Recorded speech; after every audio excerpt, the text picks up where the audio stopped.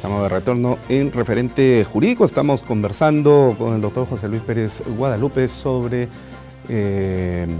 la cárcel en el Perú. Doctor, yo recuerdo que siendo usted ministro del Interior y justamente en la sede del Ministerio del Interior, en la presentación del libro de un común amigo, Juan Carlos Portocarrero, que a la sazón se desempeñaba como procurador del Ministerio del Interior en ese momento, me parece que de Seguridad Interna, Orden Interna, hizo usted un comentario más o menos en el siguiente sentido, que había asistido usted a un coloquio internacional, a un congreso internacional de jefes de penitenciarías, de establecimientos penales en el mundo, y bueno, siempre comentaban de problemas comunes como era precisamente el tráfico de drogas interno, el tráfico de armas, el alcohol, el ingreso de teléfonos celulares que luego eran utilizados para la extorsión afuera, qué sé yo, una serie de cosas.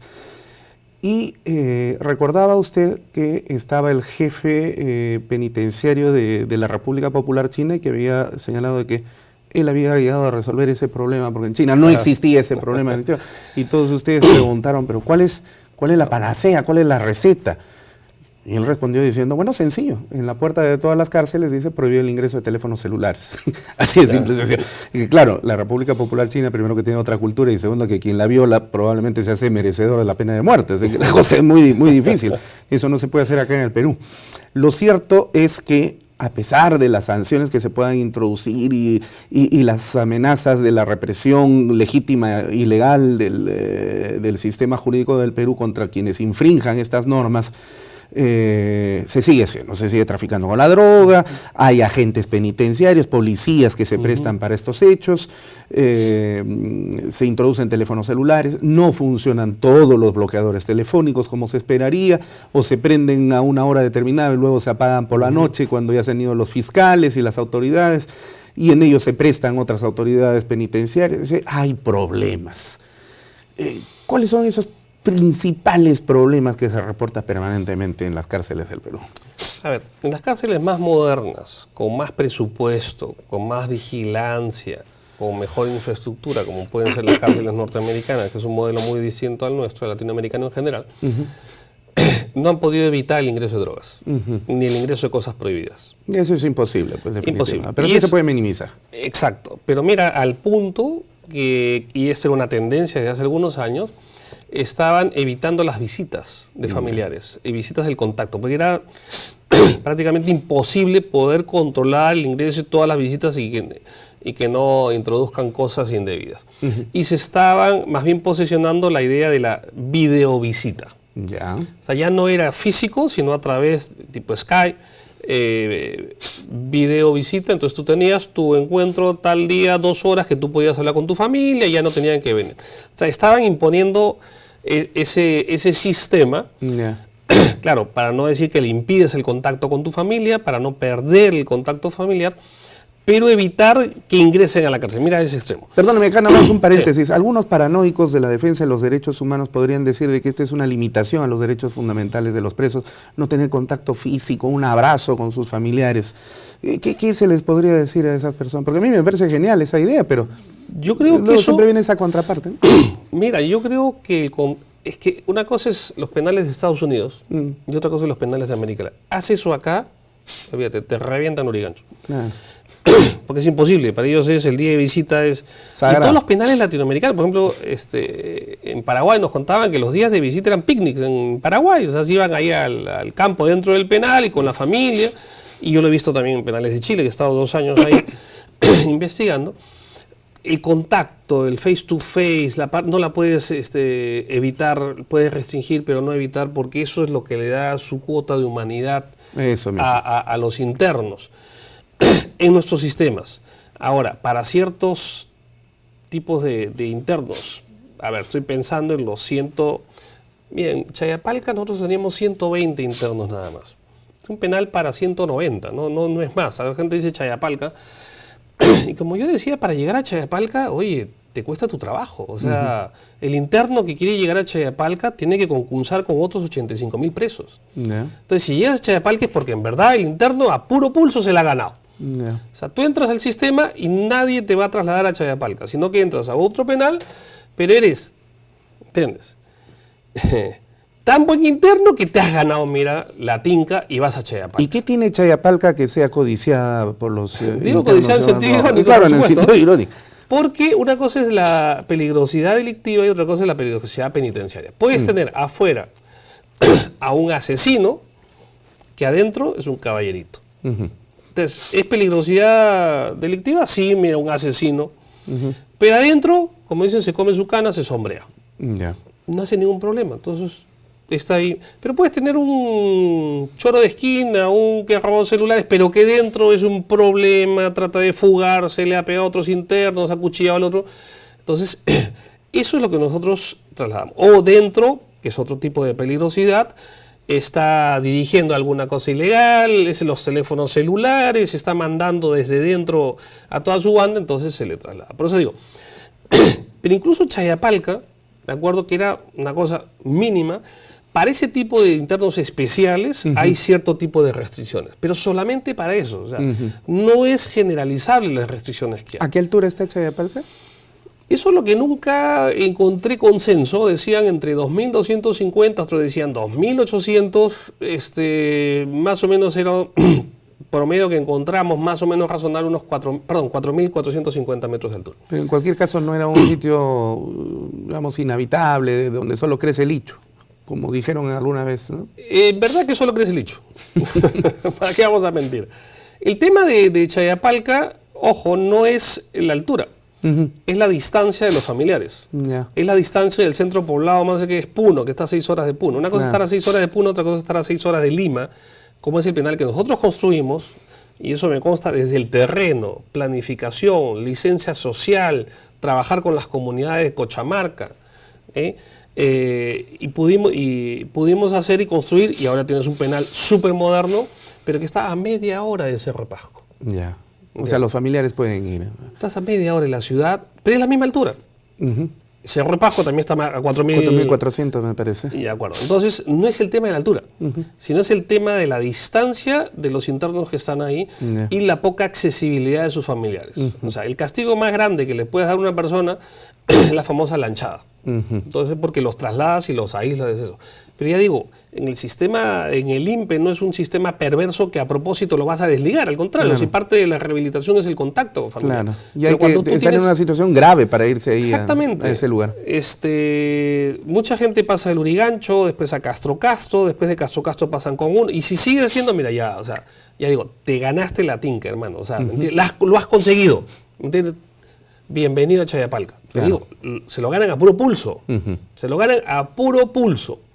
Entonces ellos van a penales de régimen especial, que es Chayapalca. Ahora tenemos Cochamarca, que es el de Cerro Pasco, que también va a ayudar muchísimo justamente a minimizar estos temas violentos. Pero incluso en esos espacios, tenemos que resguardar y no vulnerar para nada los derechos humanos de los internos. Y la Cruz Roja, nosotros hicimos muy buenas relaciones con la Cruz Roja, y nosotros le decíamos, por favor, vayan a Chayapalca, ¿de acuerdo? Me avisan que han encontrado o no. O sea, a mí más que a nadie le interesaba de que haya una supervisión externa, ¿de acuerdo? Que nos supervise, para que vean. Entonces regresaban, habían los temas. Antes era muy distinto el tema porque había muy poca movilidad para Chayapalca y que sé. Ahora, es un penal que yo no hubiera construido, eso está clarísimo. ¿Entiendes? O sea, un penal que no me gusta, no te voy a defender, ¿me entiendes? A construir 2 Chayapalcas. No, por eso construimos un Cochamarca, ¿entiendes? Con talleres, amplio, con toda la seguridad, la misma altura, pero mucho más cerca de la ciudad y mucho más cerca de Lima en todo caso, ¿no? Ya. Ahora, algunos ciudadanos, justamente por lo que usted manifestaba en el primer bloque de este programa, que a veces piden linchamiento contra las personas y como no se puede, hay que mandarlos a la cárcel ahí para que se pudra. Y algunos ciudadanos dicen, y encima los mandamos para que tengan alojamiento, comida y todo gratis y no hacen nada. Pero estas personas a veces hablan por el desconocimiento precisamente. Y sin embargo, tratan de hacer comparaciones con el sistema norteamericano, donde se ve que los mandan ahí a picar piedra o a hacer trabajos de carretera, es decir, trabajos duros y que los hace sentir pues el rigor carcelario. Aquí en el Perú, ¿por qué no se hace ese tipo de cosas? Claro, porque trabajan, hay talleres, etcétera, pero ¿por qué no se les puede mandar eso de hacer carreteras o picar piedras en las películas, ¿no? O sea... Pero en Texas, por ejemplo, hay cárceles muy concretas y estatales, ¿no? Sí. Por eso de que allá... A Bush le encantaban esas cárceles, yo recuerdo cuando era gobernador de Texas.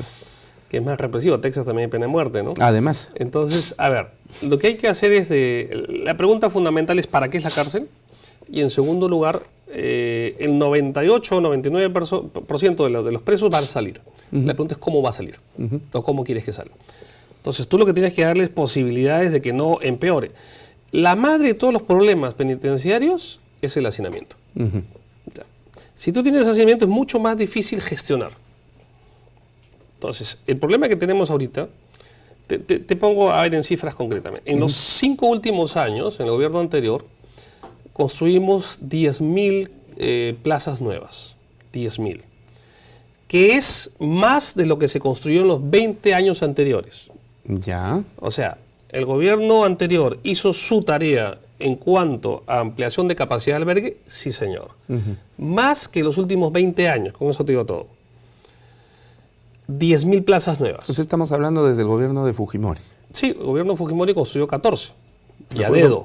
Y recuerdo que con una constructora que ni desagüe le había puesto en Huánuco. En Huánuco no le hicieron desagüe. Sí, recuerdas. Hicieron la parte de mujeres de la cuna y la cuna era de cemento, o sea, no la podían mover.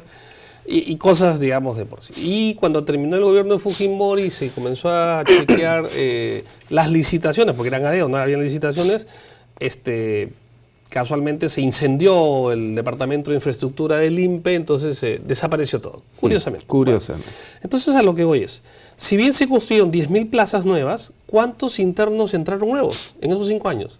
Casi 30.000. Entonces, por más que se hizo, ¿entiendes? Se mejoró muchísimo más de los 4 gobiernos anteriores, no nos da como para alcanzar. Esto es como la pescadilla. No hay alguna forma sociológica de hacer una especie de proyección de la ratio de crecimiento, no solamente delictiva, sino de población penitenciaria en el país que nos permita hacer. Sí, la tenemos en el INPE, renovamos todo lo que es el departamento de estadística. Ahora sí te puedo decir, tú pídele la data que quieras al INPE y te la da. Yeah. Cruza variables, recién, digamos, tenemos variables. Pudimos, digamos, desde el 2011 en adelante tienes todo. Rescatamos la data hasta el año 2000, lo que se pudo. Del 2000 para atrás no hay nada. O sea, con la Junta sabemos cuántos presos hay y eso. Pero no se pudo rescatar data para que... A partir del 2000 tienes cierta data, a partir del 2011 tienes toda la data y se puede trabajar. Y había proyección. Lo que pasa es que la ratio de crecimiento aumentó así, pero dramáticamente a partir del 2011. Mala suerte cuando yo recién entré.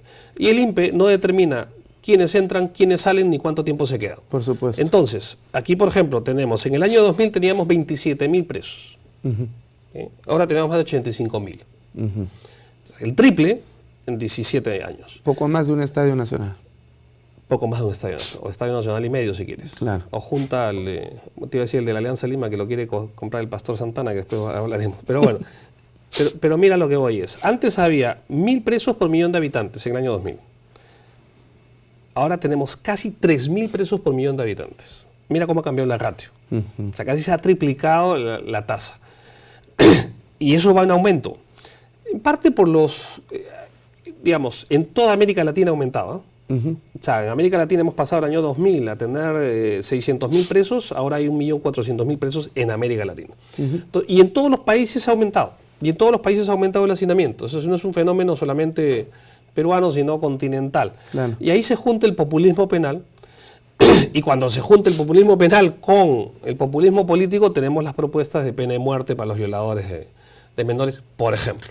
Entonces ahí... Que ya son utopías también. La cosa se complica. Entonces, ¿hay una ratio de crecimiento? Sí hay.